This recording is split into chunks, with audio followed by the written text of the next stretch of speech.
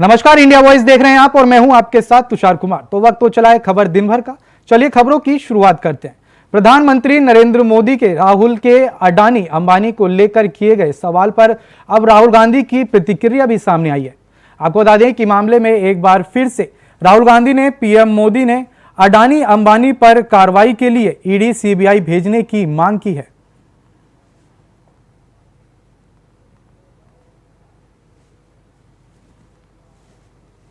नमस्कार मोदी जी, थोड़ा सा घबरा गए क्या? नॉर्मली आप बंद कमरों में अदानी जी अंबानी जी की बात करते हो, पहली बार आपने पब्लिक में अदानी अदानी अंबानी बोला। और आपको यह भी मालूम कि ये टेम्पो में पैसा देते हैं। क्या ये आपका पर्सनल एक्सपीरियंस है क्या? एक काम कीजिए, सीबीआई ईडी को इनके पास भेजिए ना, पूरी जानकारी करिए, इंक्वायरी कराइए, जल्दी से जल्दी कराइए, घबराइए मत मोदी जी। और मैं देश को फिर से दोहरा के कह रहा हूं, जितना पैसा नरेंद्र मोदी जी ने इनको दिया है ना, उतना ही पैसा हम हिंदुस्तान के गरीब लोगों को देने जा रहे हैं। महालक्ष्मी योजना, पहली नौकरी पक्की योजना, इन योजनाओं के माध्यम से करोड़ों लाखपति बनाएंगे हम। इन्होंने 22 अरबपति बनाए हैं, हम करोड़ों लाखपति बनाएंगे। बात करेंगे अगली खबर की। पीएम मोदी ने तेलंगाना में जनसभा को संबोधित करते हुए कांग्रेस को निशाने पर लिया। आपको बता दें कि पीएम ने कहा कि कांग्रेस का निशाना राम मंदिर है। पीएम का मिशन दक्षिण 2024 का पक्का प्लान है। कल देश में तीसरे चरण का चुनाव पूरा हो गया है। तीसरे फेज में कांग्रेस और इंडी अलायंस का तीसरा फ्यूज उड़ गया है। अभी 4 चरण के चुनाव बाकी है। जनता जनार्दन के आशीर्वाद से बीजेपी और एनडीए तेजी से विजय रथ को बहुत जनता जनार्दन आगे ले जा रही है। यहां करीमनगर में तो आपने बीजेपी एमपी की जीत पहले ही सुनिश्चित कर दी है। कांग्रेस की हार यहां इतनी पक्की है कि बहुत मुश्किल से वो किसी को चुनाव लड़ने के लिए मना पाई। और बीआरएस का यहां कोई अता पता ही नहीं है। तेलंगाना के आप सभी लोगों ने 10 साल में मेरा काम देखा है। आपके एक वोट से भारत विश्व में 5th लार्जेस्ट, 5वीं सबसे बड़ी इकोनॉमी बन गया। आपके एक वोट ने जम्मू कश्मीर से 370 को खत्म कर दिया। आपके एक वोट से भारत डिफेंस इंपोर्टर से डिफेंस एक्सपोर्टर बन गया। ये सब किसने किया? किसने किया? किसने किया? किसने किया? किसने किया? मोदी ने नहीं किया, ये आपके एक वोट ने किया है। ये आपकी वोट की ताकत है। इसके कारण देश में ये सब कुछ हो पा रहा है। मैंने बहुत साल तक गुजरात में काम किया। सारे चुनाव मैं वहां जीत जाता था। लेकिन गुजरात में भी अगर मोदी को सुबह 10 बजे इतनी बड़ी रैली करनी है तो मैं कभी नहीं कर पाता था। आज आपने इतनी बड़ी रैली, और मैं देख रहा हूं आपने जो मैदान तय किया है उससे बाहर भी, और अभी भी लोग आ रहे हैं। सुबह 10 बजे इतनी बड़ी रैली मैं गुजरात में भी नहीं कर सकता हूं। मैं आपको 100 सलाम करता हूं। आपने इतना बड़ा प्यार और आशीर्वाद दिया। तो वहीं प्रियंका गांधी ने भी पीएम मोदी के राहुल गांधी के अडानी अंबानी को लेकर किए गए सवाल पर पलटवार किया। क्या कुछ कहा प्रियंका गांधी ने, आइए आपको सुनवाते हैं। कह रहे हैं, भाषण में इन्होंने आज कहा है कि राहुल जी अडानी अंबानी का नाम नहीं ले रहे हैं। अरे वाह, रोज तो लेते हैं, रोज हम इनकी सच्चाई आपके सामने इनका खुलासा करते हैं। रोज हम आपको कहते हैं कि बड़े खरबपतियों की इनके साथ गांठ है। सारे कर्ज इन्होंने इनके माफ किए 16 लाख करोड़ रुपए। यहाँ उत्तर प्रदेश में जहाँ इनकी सरकार है, केंद्र में भी और प्रदेश में भी, यहाँ के किसान 1-1 लाख रुपए के लिए आत्महत्या कर रहे हैं। उनके लिए एक कर्ज माफ नहीं हुआ 1 रुपए का। इसका जवाब दें मोदी जी, इसका जवाब दें कि क्या काम किया है। 10 सालों के लिए इन्होंने सिर्फ आपको बहकाया है बस। इस देश की जितनी भी संपत्ति है सारी अपने खरबपति मित्रों को दे दी है। देश के बंदरगाह, देश के हवाई अड्डे, देश का कोयला, देश की जो बिजली बनाने वाले जो पावर के हैं। बात करेंगे अगली खबर की। लोकसभा चुनाव 2024 के लिए भारतीय जनता पार्टी के नेता और गृह मंत्री अमित शाह ने बुधवार को लखीमपुर खीरी में प्रचार किया। इस दौरान दावा किया कि यूपी में विपक्षी पार्टियों का सुपड़ा साफ हो गया है। साथ ही शाह ने लोगों से ये अपील की है कि वो अजय मिश्रा टेनी को जिताकर भेजें तो वे उन्हें बड़ा आदमी बना देंगे। पर ये 6 माह में गया, हर एक जगह कहते हैं कि हमारे सांसद को मंत्री बना देना भैया, हर जगह कहते हैं। मगर खीरी वालों, आपको तो हमने बनाया मंत्री देने का काम किया है। ये अजय मिश्रा को यहां से जिता दो, उनको बड़ा आदमी बनाने का काम मैं करूंगा। किस तरह से अमित शाह जी कह रहे थे कि किसान के हत्यारे, किसानों पर जीप चढ़ा करके मार डालने वाले देश के गृह राज्य मंत्री अमित टेनी जी को पुनः भारी मतों जिताने की अपील कर रहे थे और आप जिता दीजिए, इनको और बड़ा आदमी बना दूंगा। और बड़ा आदमी बना देंगे, इसका मतलब वो तय करते हैं कि अगली बार टेनी को लाइसेंस दे देंगे कि आप किसानों के साथ चाहे जो दुर्व्यवहार करिए, हम आपके साथ हैं। और बड़ा आदमी बन जाएंगे, मेहुल चोस्की और नीरव मोदी की तरह बड़ा माल लेकर के विदेशों में बस जाएंगे। तो अमित शाह जो इस तरह का बयान टेनी के मिश्रा के पक्ष में दे रहा है, इससे पूरी तरह साफ हो रहा है कि भारतीय जनता पार्टी जो है बाबा साहेब भीमराव अंबेडकर के संविधान को नकार करके मनुस्मृति की जो व्यवस्था है, वर्ण व्यवस्था है, जाति व्यवस्था है, उसको जो है कि बढ़ाने के काम में जुटी हुई है। और इंडिया गठबंधन कांग्रेस पार्टी और समाजवादी पार्टी भारतीय जनता पार्टी का खदेड़ा करने के लिए, उनके विजय रथ का पहिया उखाड़ फेंकने के लिए उत्तर प्रदेश से तैयारी कर लिया है। और लाख कवायद भारतीय जनता पार्टी कर ले, वो साम दाम दंड भेद की नीति अपना करके जो चर्चा उनकी चल रही है, वह कोई भी नीति उनकी काम आने वाली नहीं है। कि देश को करना क्या चाहती है। एक ऐसे व्यक्ति कह रही बड़ा आदमी बनाइए जो किसानों पे गाड़ी रौंद देता है, कई किसान उसमें मर जाते हैं, और उससे जब बड़ा वो हो जाएगा, जैसा कि अमित शाह जी कहते हैं, और बड़ा बना दीजिए। कितने किसानों को आत्महत्या करेगा, कितनों को मार डालेगा, कितने को धमकाएगा।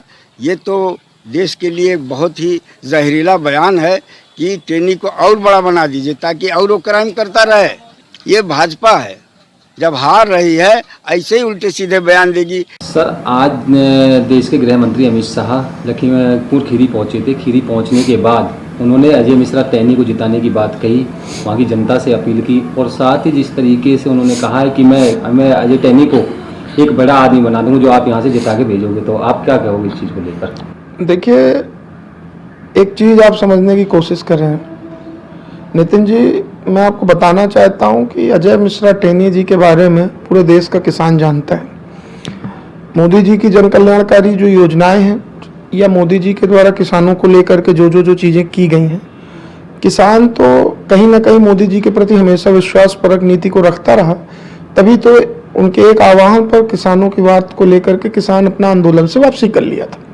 लेकिन रही बात जो आज के देश के गृह मंत्री जी के द्वारा ये बयान जारी किया गया कि यह उनके समर्थन में ये बोला गया कि इनको आप चुनाव जिता के भेजो तो बड़ा आदमी बना देंगे, तो अजय मिश्रा टेनी इसको, अब मुझे तो नहीं लगता है कि जो व्यक्ति किसानों पर गाड़ी चढ़ा देने वाला व्यक्ति या उसके परिवारजनों ने गाड़ी चढ़ाई हो, मैं इस पर यह कह देना चाहता हूं कि उस जैसे व्यक्ति को आखिर और कितना बड़ा आदमी बनाना है, मैं नहीं समझ पा रहा हूं। बात करेंगे अगली खबर की। लोकसभा चुनाव के मद्देनजर कांग्रेस संसदीय दल की अध्यक्ष सोनिया गांधी ने देश की जनता से एक भावुक अपील की। आपको बता दें कि उन्होंने एक वीडियो संदेश जारी कर देश की जनता से कांग्रेस के पक्ष में मतदान करने की अपील की। इस दौरान वो बीजेपी पर भी हमलावर नजर आई। साथ ही आपको बता दें कि सोनिया गांधी के बयान पर अब सीएम योगी आदित्यनाथ की भी प्रतिक्रिया सामने आई है। सीएम योगी ने कहा कि उल्टा चोर कोतवाल को डांटे। हर व्यक्ति जानता है कि बांटो और राज करो कांग्रेस को विरासत में प्राप्त हुआ है। तो वहीं सोनिया गांधी ने यूपीए की चेयरपर्सन के रूप में 2004 से 2014 के बीच क्या किया था? क्या ये सच नहीं है कि ओबीसी के आरक्षण पर सेंध लगाने के लिए उस समय जस्टिस रंगनाथ मिश्रा की कमेटी इन्होंने गठित की थी?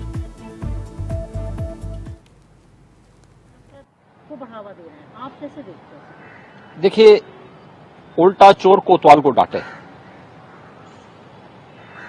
यह हर व्यक्ति जानता है। बांटो और राज करो, ये कांग्रेस को विरासत में प्राप्त हुआ है। अंग्रेजों की कुटिल चाल को 1947 में कांग्रेस ने सफल होने दिया और देश का बंटवारा पहले किया। आजादी के बाद जाति के नाम पर, क्षेत्र के नाम पर, भाषा के नाम पर देश के अंदर वर्ग संघर्ष करा करके आतंकवाद, नक्सलवाद, अलगाववाद, ये सब तो कांग्रेस की देन है। और यूपीए चेयरपर्सन के रूप में श्रीमती सोनिया गांधी जी ने 2004 से 2014 के बीच में क्या किया था, कौन नहीं जानता उस समय? क्या ये सच नहीं कि ओबीसी के आरक्षण पर सेंध लगाने के लिए उस समय जस्टिस रंगनाथ मिश्रा की कमेटी इन्होंने गठित की थी और कमेटी ने संस्तुति की थी कि ओबीसी के आरक्षण में से 6% आरक्षण मुसलमानों को दे दिया जाए। तो भारतीय जनता पार्टी ने उस समय और एनडीए ने उस समय विरोध किया था, इनके मंसूबे पूरे नहीं हो पाए। फिर एससी एसटी के अधिकारों पर भी लोगों ने घुसपैठ करने का प्रयास किया था और सच्चर कमेटी की रिपोर्ट में कि मुसलमानों की कुछ जातियों को अनुसूचित जाति में शामिल किया जाए, यह भी कांग्रेस के समय हुआ था। तो कांग्रेस उस समय, एनडीए और बीजेपी ने इसका विरोध किया था, कांग्रेस के मंसूबे पूरे नहीं हो पाए। आज जब 2024 का लोकसभा का सामान्य चुनाव चल रहा है, इस चुनाव में कांग्रेस क्या कर रही है? कांग्रेस का मैनिफेस्टो क्या कहता है? मैनिफेस्टो ही विभाजनकारी है, भारत को वर्ग संघर्ष की ओर ले जाने वाला है, भारत में अनुसूचित जाति, जनजाति और पिछड़ी जाति के अधिकारों में सेंध लगाने वाला है। कांग्रेस के मंसूबे पूरे नहीं हो पाएंगे और कम से कम श्रीमती सोनिया गांधी जी को सच बोलने की आदत डालनी चाहिए। बात करेंगे अगली खबर की। इंडियन ओवरसीज कांग्रेस के अध्यक्ष सैम पित्रोदा के भारतीयों के रंग रूप से जुड़े बयान पर बीजेपी हमलावर हो गई। आपको बता दें कि प्रधानमंत्री नरेंद्र मोदी समेत बीजेपी ने पित्रोदा के बयान को लेकर कांग्रेस और राहुल गांधी पर भी निशाना साधा। प्रधानमंत्री नरेंद्र मोदी ने तेलंगाना के वारगल में एक चुनावी सभा को संबोधित करते हुए सैम पित्रोदा के बयान पर कांग्रेस और राहुल गांधी को जमकर घेरा। उन्होंने कहा कि आज मैं बहुत गुस्से में हूं। शहजादे के एक अंकल ने आज ऐसी गाली दी है जिससे मुझे गुस्सा भर गया है।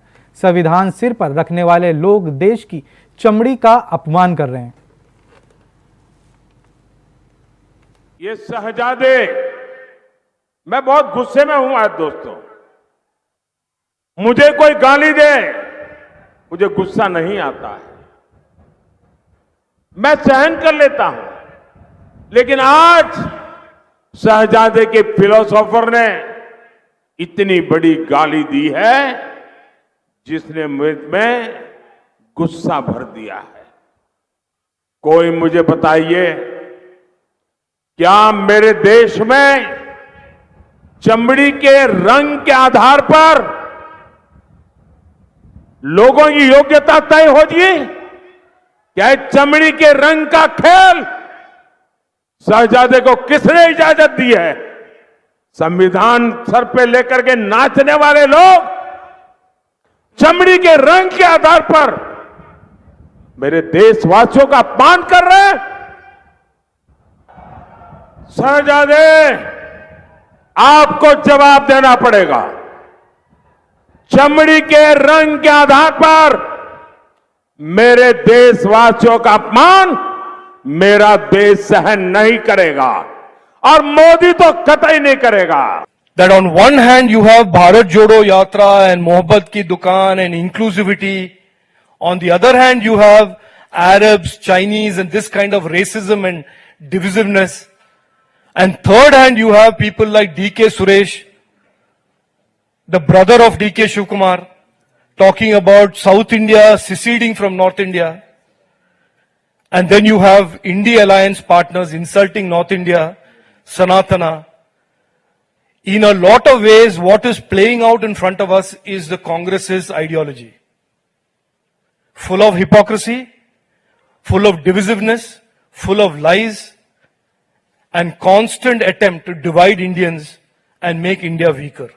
एक बार फिर कांग्रेस का असली चेहरा देश के सामने आया, जो जातिवाद, क्षेत्रवाद इस पर राजनीति करती है, तुष्टीकरण की राजनीति करती है और अब तो एक स्तर और नीचे गिर गई है।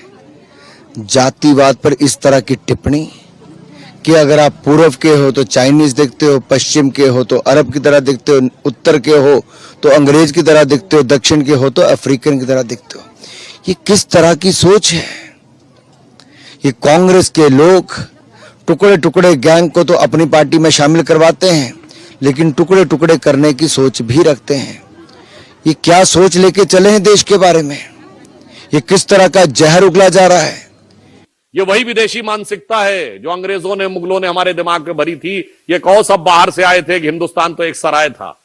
आप सबको याद होगा, हम लोगों ने बचपन में बहुत सुना था, वो शेर दूरदर्शन पे आता था, सरजमीन हिंद पर अक़वाम आलम के फिराक, काफिले बसते गए हिंदुस्तान बनता गया। ये काफिले में सराय बनाने वाले हिंदुस्तान का कॉन्सेप्ट है। हम इस कॉन्सेप्ट को कतई नहीं मानते। हम उस कॉन्सेप्ट को मानते हैं जिन्हें उन्हें न समझ में आता हो कि उत्तरम यद समुद्र से दक्षिणम च हिमाद्र भी वर्षम यद भारत नाम भारतीय से संतति।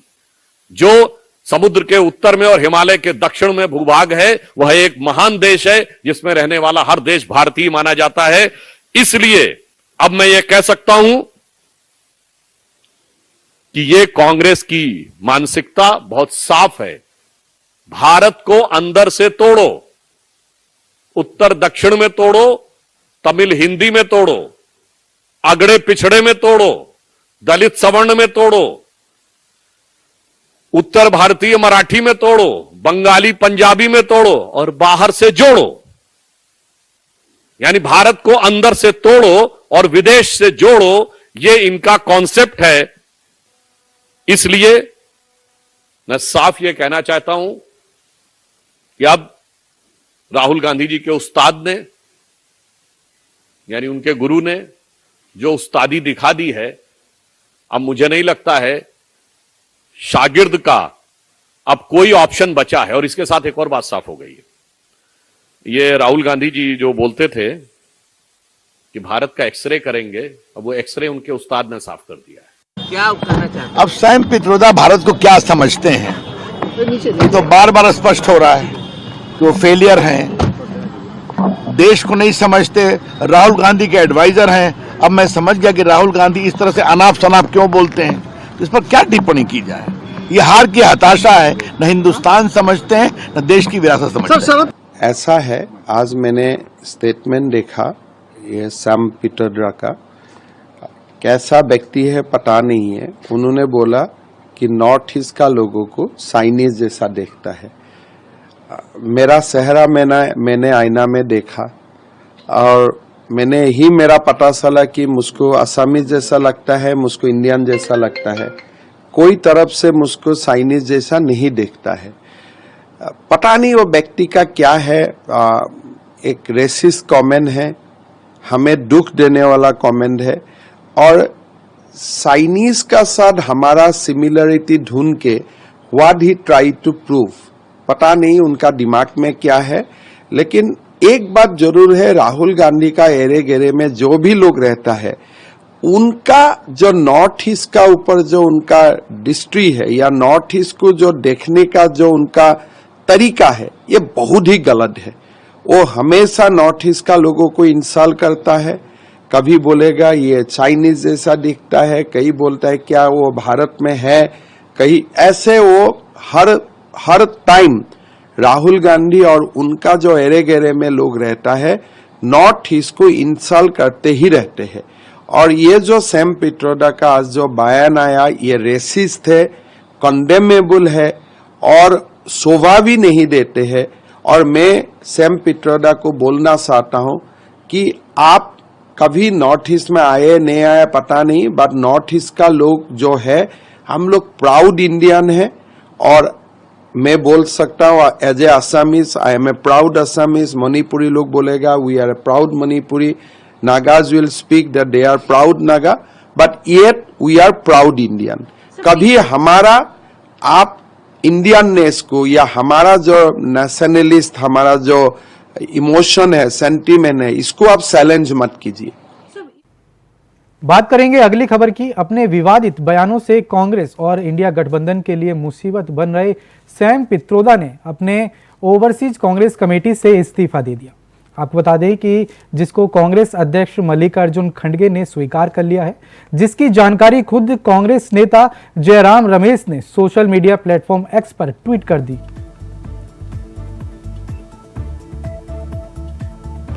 तो आपको बता दें कि यह सैम पित्रोदा का एक चमड़ी को लेकर बयान सामने आया था, जिसको लेकर अब उन्होंने कांग्रेस पार्टी से इस्तीफा दे दिया। साथ ही आपको यह भी बता दें कि कांग्रेस पार्टी के राष्ट्रीय अध्यक्ष मल्लिकार्जुन खड़गे ने उनका इस्तीफा स्वीकार कर लिया।